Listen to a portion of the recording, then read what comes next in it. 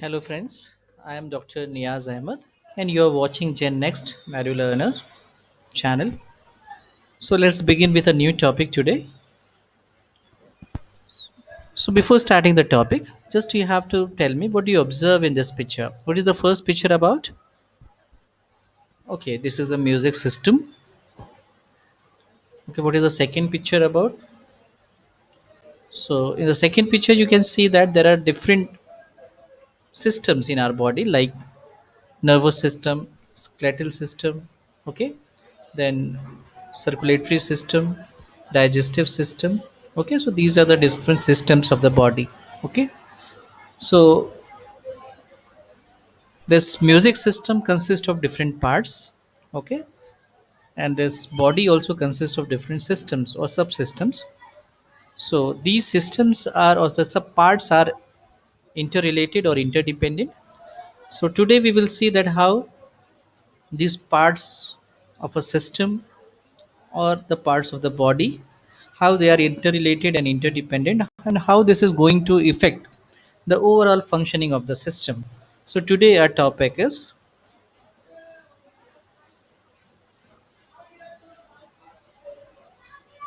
systems approach to educational management. So our topic for today is systems approach to educational management. So we are going to see this topic in detail. So let's see the meaning of a system. Before understanding what is systems approach, we have to understand the meaning of system. So what system is?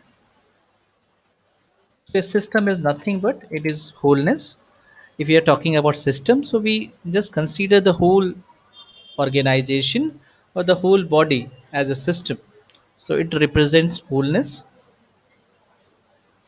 and the system is a set of interrelated and interdependent parts. So the system is always consist of interrelated and interdependent parts which are there in the system. So this system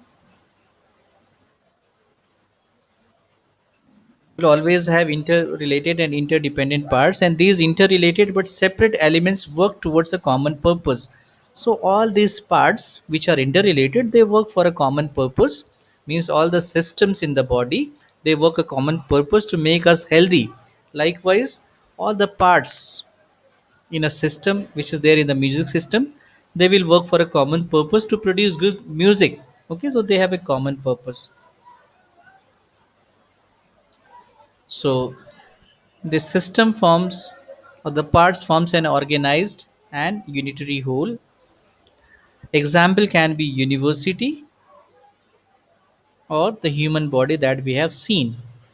So if you see this system approach, so this is a very modern management approach, and basically it implies the application of system concept to the process of management of institution. Okay, it provides the framework for planning, decision making, controlling, and problem solving. So this approach normally throws light on the dynamic nature of management.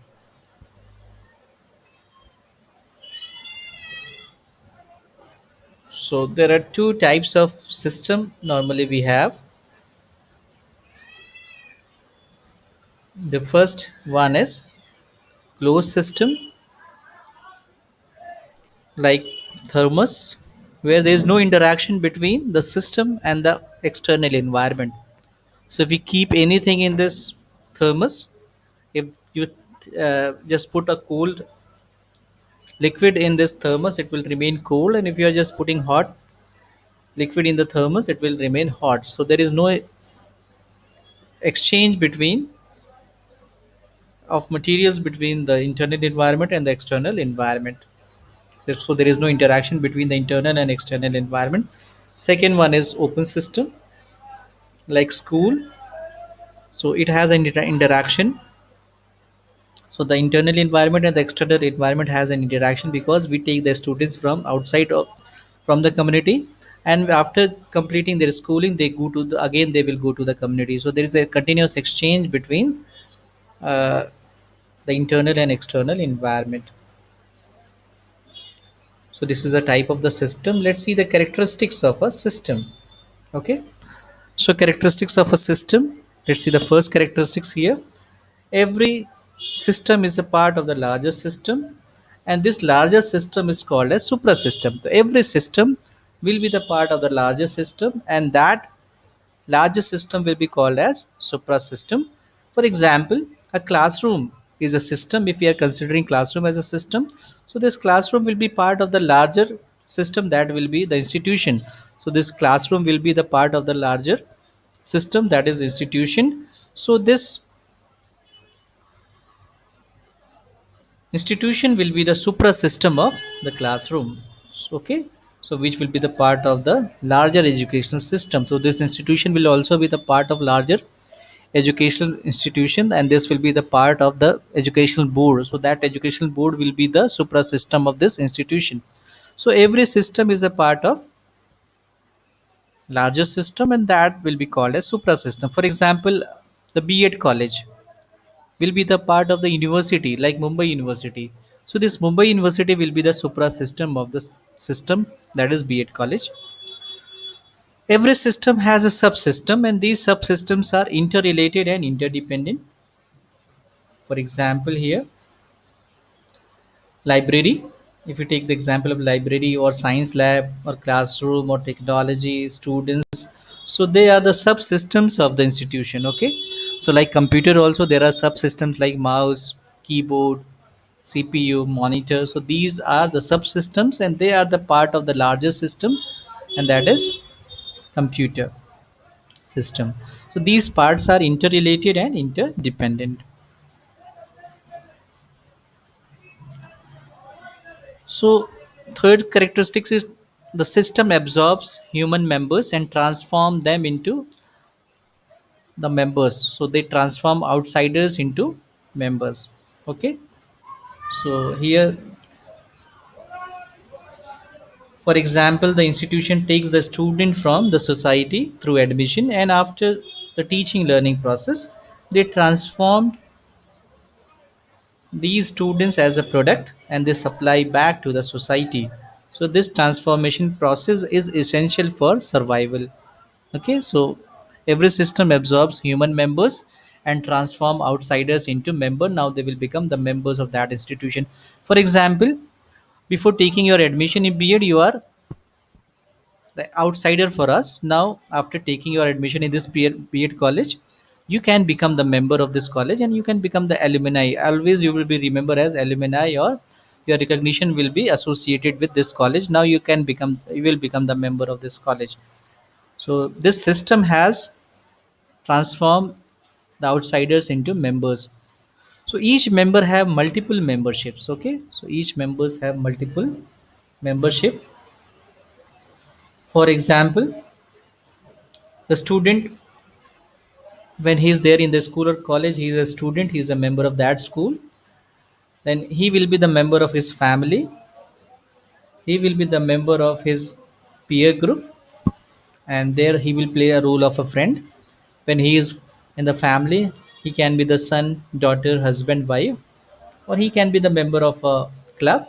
So this person, the single person, has multiple memberships. Okay, so at home he has a different role to play, at club he has different role to play, when he comes to the college he has different role to play, he has to behave like a student. Okay, so he has a different membership, and these memberships have influence on the outcome of education. So these are going to create an influence on the outcome of education, because it will just give experience to that person to perform in the education sector. Next is, there will always be resource exchange between the institution and its external environment. So if you see, there will always be resource exchange between the institution and its external environment. Okay, so here the inputs are taken or received from the external environment, then it is utilized to assist the processes and thus facilitating the production function, and the outputs are then supplied to the larger society. So here the inputs are taken from the external environment and then it will convert it into output, and again this will supply to the larger society. And if you take the example here, so institution generally admits the students and these students are taken from the society. After teaching learning process, they're again sent back to the society for service. So there will be a resource exchange between the institution and its external environment. Next is the whole system is greater than its part. If you see, the whole system will always be greater than its parts. For example, library, college, office, principal's office, laboratory are the part of the institution or the system. So the institution will always be greater than these separate but interrelated parts. Okay.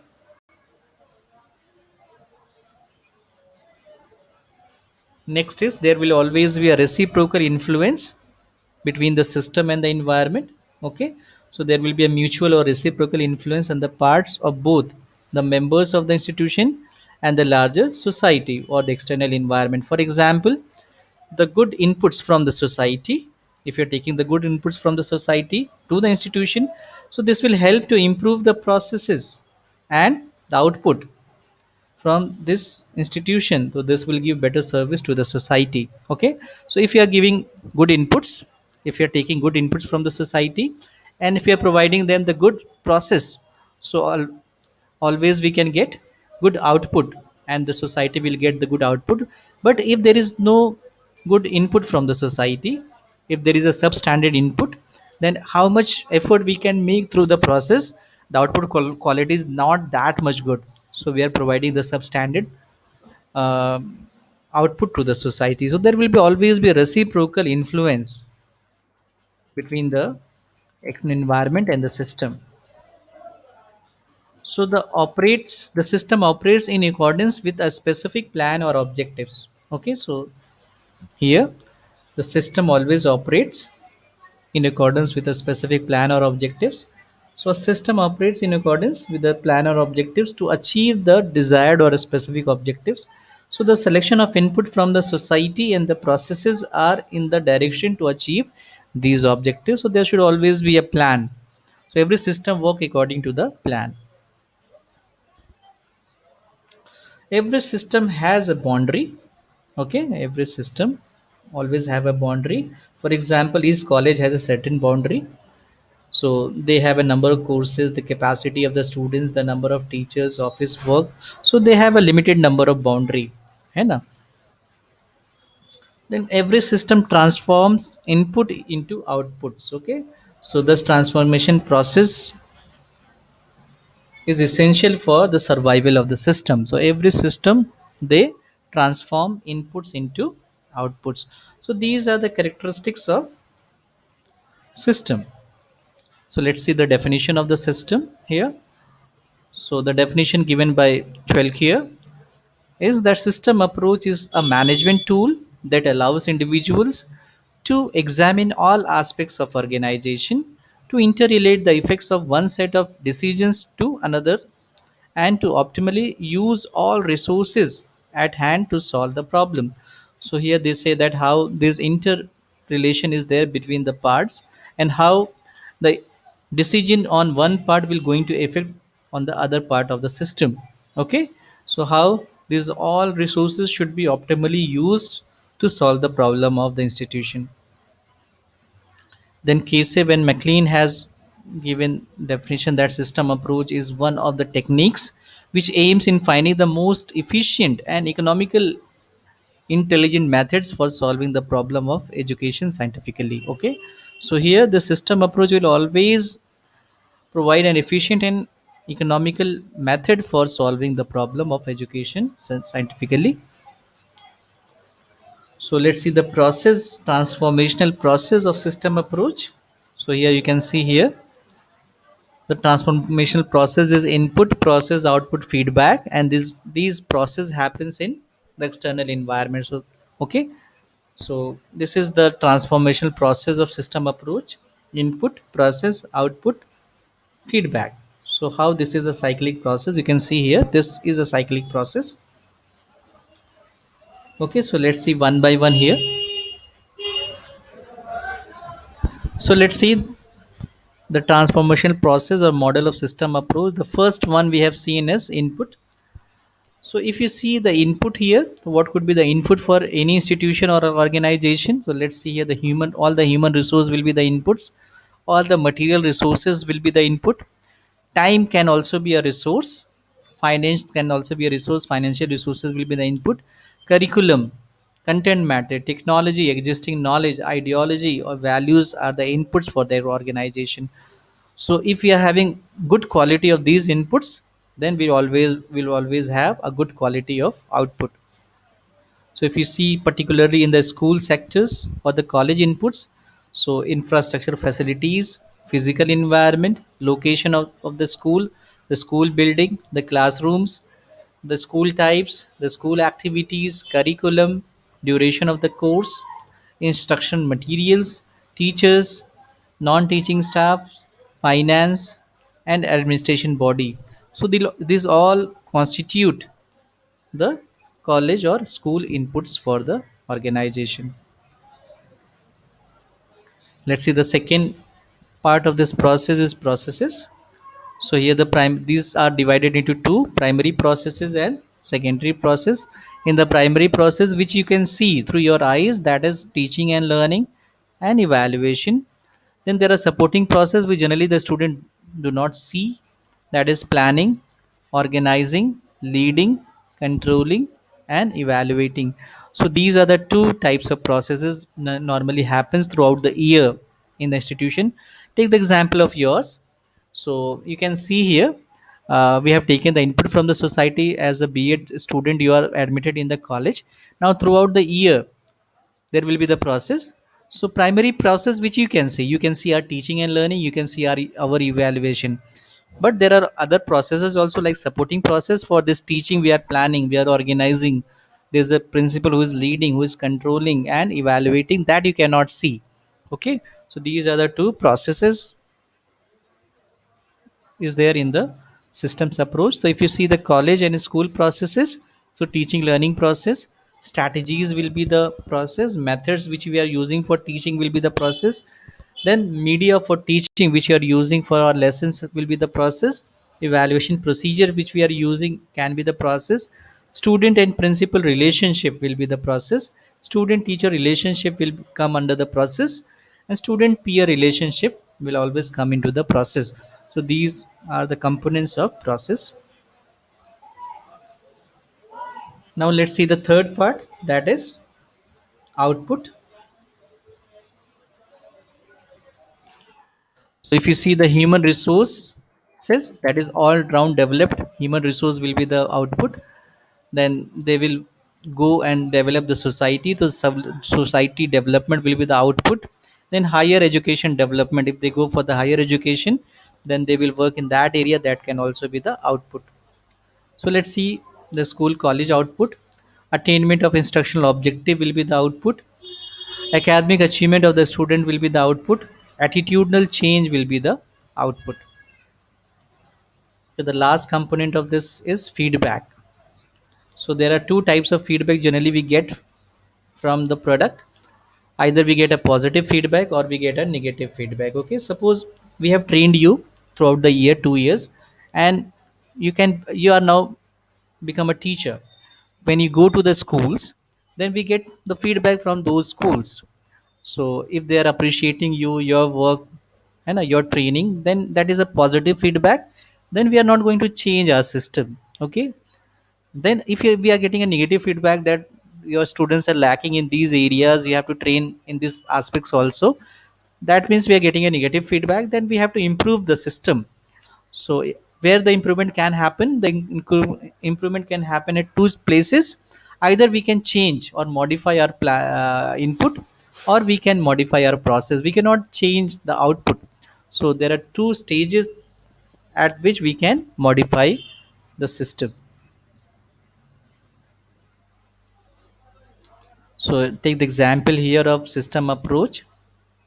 So this, if the student here admits in the primary education, so their basic knowledge will be the input. Then the primary education they do the process, and the outcome or the product of this primary education is the output. Suppose if there is no good process at the primary education, okay, so what will happen, the output will not be that good.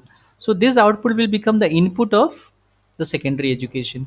So secondary education is not getting the good input. And what happens, how much they do a good process, this is not going to improve that much of input, so the output will also be not that kind. So here the input or the process, if that is not that much having, not having that much of quality, that is going to affect the whole process of education. Okay, so this output will be the input for vocational education also, and for tertiary education also. Okay, so how we can see here that each levels are interrelated to each other. Okay, let's see the advantages of systems approach. So the first advantage is improvement in instructional system. Okay, so the system approach will help in improving the functioning of educational management or the functions of education management. Like if you are using this systems approach in educational management, then we are improving our planning, we are improving our controlling, we are improving the problem solving, decision making. So these all aspects we can improve with the help of the system approach, and this will help us to effective realization of educational objectives. Okay, so this will help in improving instruction system. The second one is utilization of resources. So here the system approach can help in seeking maximum utilization of resources. The resources can be human resource as well as non-human resources like material resources.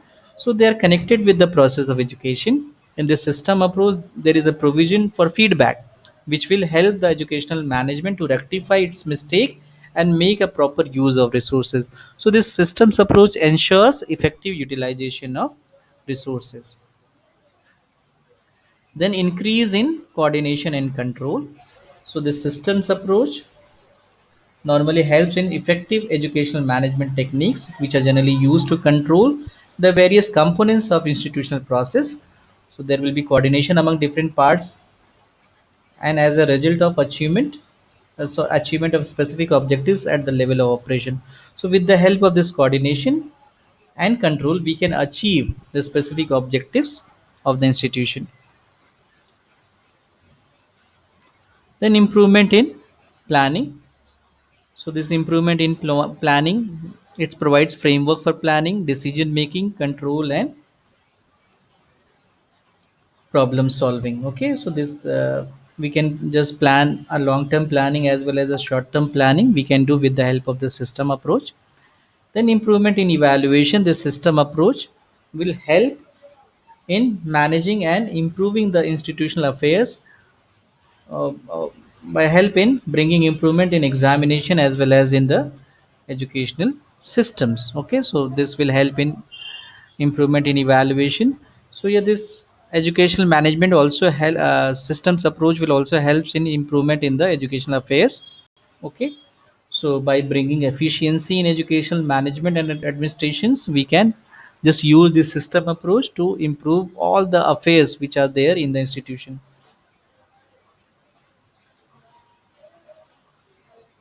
Then improvement in quality of education. So the system approach in educational management can provide valuable services in improving the quality of education in all aspects of education. It has full potentiality to provide quite effective control to the process and products of education by solving the various problems related to education. So this system approach will help in problem solving. So with the help of this problem solving, the quality of education will improve if we are just modifying the processes and the inputs. So ultimately the quality of education will improve. Then helps the manager to identify the critical subsystems and their interaction with each other. So this will help to identify the critical subsystems and their interaction with each other. Then the practicing manager learns to see the phenomena not in isolation but in its relation to other phenomenon and elements because of the constant interactions. Okay, so they will identify the critical subsystems and they will work on that. So these are the advantages of systems approach. Now let's see the limitations of systems approach. The first is it is an abstract concept. The system approach is abstract concept because it often suggests that system approach is too abstract. It may be much used to practicing manager or principles. It merely indicates that various part of the institutions are interrelated, it fails to spell out precisely relationship among these. Therefore, its contribution to education management is limited. It only says the interrelationship, okay, the various part how they are interrelationship, but it is not very well convergent in saying that how much each part contribute to each in the process of education. Then second one is lack of universality. So this system approach to educational management has lack of universality and cannot be applied to all education. So these systems are suitable. These systems are suitable for large and complex institution, but they are not suitable for a small institution. Okay. So we have seen the limitations of systems approach. So thank you for watching. Please like the video and subscribe the channel. Click the bell icon for notification of the new videos. Thank you very much.